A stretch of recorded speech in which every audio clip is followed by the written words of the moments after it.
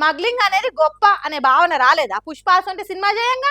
Hero దొంగ ఏంటండి, పైగా స్మగ్లింగ్ చేసేవాడు తగ్గేదేలే అని అంటాడా? సినిమా మొత్తం స్మగ్లింగే గొప్ప అని చూపించి చివర్లో ఎక్కడో కొద్దిగా మంచిని చెప్తే ఎలా అండి? సమాజం చెడిపోదు? పుష్పను ఆదర్శంగా తీసుకొని స్మగ్లింగ్ లో ఆరితేరితే దానికి ఎవరండి బాధ్యత అని గరికపాటి గారు గరమైన ముచ్చట యాదికున్నది కదా. హాగో ఆ పెద్ద మనిషి చెప్పినట్టే అవుతున్నదా ఏంది అనిపిస్తుంది వీళ్ళ పనితనం చూస్తే.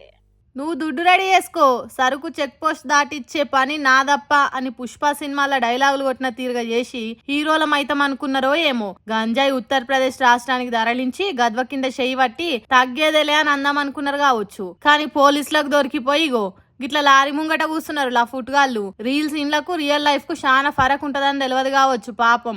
2,62,00,000 చేసే గంజాయి సరుకును రాష్ట్రాలు దాటిచ్చే దందా రంది లేకుండా చేస్తురట వీళ్ళిగురంల మనవడ. పుష్పరాజు పాల వ్యాన్ల ఎర్రచందనం స్మగ్లింగ్ చేస్తే వీళ్ళు లారీలా ఎవ్వల తెలియకుండా ఓ సపరేట్ అర్రనే తయారు చేసిండ్రు. దాంట్లోనే 2,62,00,000 చేసే సరుకు నిల్వ చేసి ఒడిశా రాష్ట్రం నుంచి ఏపీ మీద నుంచి ఉత్తరప్రదేశ్ రాష్ట్రానికి తీసుకుపోతురట.